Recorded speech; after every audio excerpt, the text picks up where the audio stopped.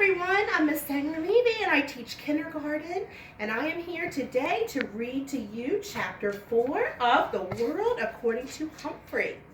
And I'm here with my friend Humphrey over here, and if you happen to have or hear some sounds in the background, I have a parrot named Sunny, and he kind of squeaks when I'm around.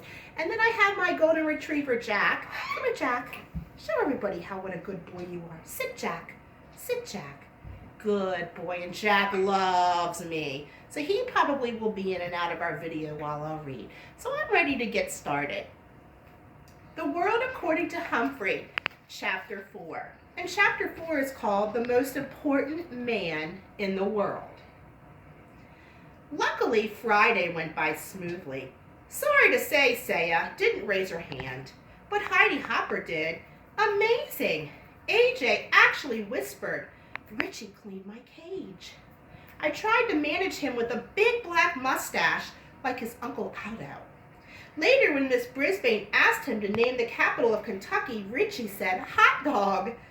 Everyone giggled, of course, especially Stop Giggling Gail, otherwise known as Gail Morgenstern. "Repeat that, please, Richie," said the teacher. Richie realized he'd made a mistake, so he tried again. "Frankfurter," he said. More giggles, explosive giggles. "Try again, Richie," said Miss Brisbane, who was on the verge of smiling herself. Frankfurt," he said proudly. That was the correct answer, by the way. So you see, it wasn't exactly a bad day in room 26. It's just that I was jittery, wondering what would happen to me when the bell rang.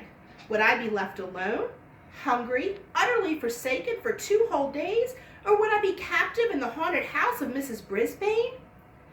At last the bell rang and the students flew out of the door like the flock of homing pigeons in a movie Mrs. Mack showed us.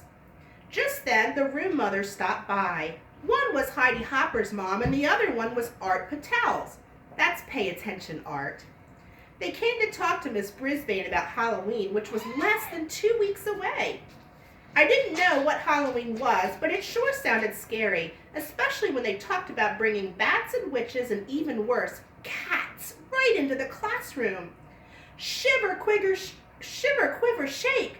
What could they be thinking? I was about ready to fling open the door of my cage and escape when the door opened and in walked the principal, Mr. Morales. Mr. Morales is the most important person at Longfellow School. He runs the place and everyone respects him. You can tell, for one thing, Mr. Morales always wears a tie. No one else in the whole school wears a tie except for Mr. Morales. For another thing, when Mr. Morales comes into the room, everyone stops what they're doing and waits to see what he has to say. And for a third thing, both Mrs. Mack and Mrs. Brisbane sometimes threaten to send a misbehaving student to Mr. Morales' office. As soon as the teacher mentions the principal's name, the students would start acting very nice. "Good afternoon, ladies," said Mr. Morales. He was wearing a light blue shirt and a tie that had tiny books all over it. Everyone said hello. "Well, how's your first week back, Sue?" he asked. Sue was apparently Miss Brisbane, although I'd never actually thought of her having a first name before. She says it was great to be back and what a wonderful class it was, which obviously pleased the room mothers. Then Mr. Morales leaned over my cage and smiled. His tie dangled right over my head. "I'll bet you're enjoying this furry little pupil," he said with a grin. I expected Mrs. Brisbane to tell him what a troublemaking rodent I was, but instead she forced a smile and said, "Well, yes, but he's quite a bit of extra work." Mr. Morales waved a finger at me. He didn't seem to hear what Miss Brisbane said. "I always wanted one of these fellows," he said, "but my papa wouldn't let me have one. Sure is cute." Mrs. Brisbane cleared her throat. "Yes, but I'm afraid he's a little distracting. I was going to see if Mr. Kim in room 12 wants him." I was shocked. Luckily, so when the room mothers came in, "Oh no, the children just love Humphrey," said Mrs. Patel. "Heidi talks about him all the time." And it's a wonderful way to teach the kids responsibility, Mrs. Hopper said. Yes, but it's a little too much responsibility for me. Mrs. Brisbane sighed. At least I have a couple days away from him this weekend. You're not taking him home with you? Asked Mrs. Patel. Mrs. Brisbane backed away from the cage. Oh no, it's out of the question. But Miss Mac always took him home, said Mrs. Hopper. He'll be fine. He has plenty of food. Mrs. Brisbane answered very, very firmly. The room mothers were silent a second. Mr. Morales was still wiggling his finger at me. Then Mrs. Hopper spoke up. Why don't the kids take turns bringing Humphrey home for the weekend? They can sign up. We'll talk to the parents and give them instructions. It'll be a great experience. Some people might not want him, said Miss Brisbane. Squeak for yourself, Mrs. Brisbane. That's fine, said Mrs. Hopper. There'll be plenty who will. I think it's great, Mrs. Patel agreed. I'll take him today, but you're going to have to take him late for the weekend. Oh, I'd take him too, said Mrs. Hopper, but we're painting the house and the place is a mess. Next week for sure. Yes, I could do it next week, Mrs. Patel agreed. Mrs. Brisbane smiled a fake smile. So who's going to take him this weekend?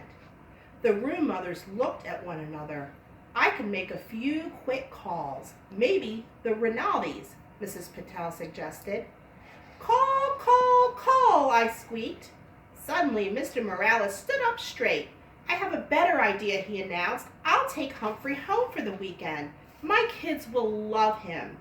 Then starting next week, you can have the students take turns. The three women were almost as surprised as I was.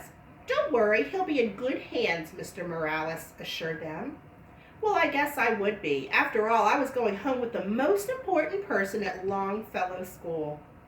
As he drove me to his house, Mr. Morales told me how he'd always wanted a hamster when he was a kid, but his dad always said they didn't need another mouth to feed. I argued with him. Humphrey, I said, Papa, I will feed him off my own plate. Then Papa said we'd have to buy the cage and stuff to put in it. I guess he was right. Humphrey, we couldn't afford it. He smiled his big smile, but not anymore. Now I'm the principal of my own school. I told you he was important.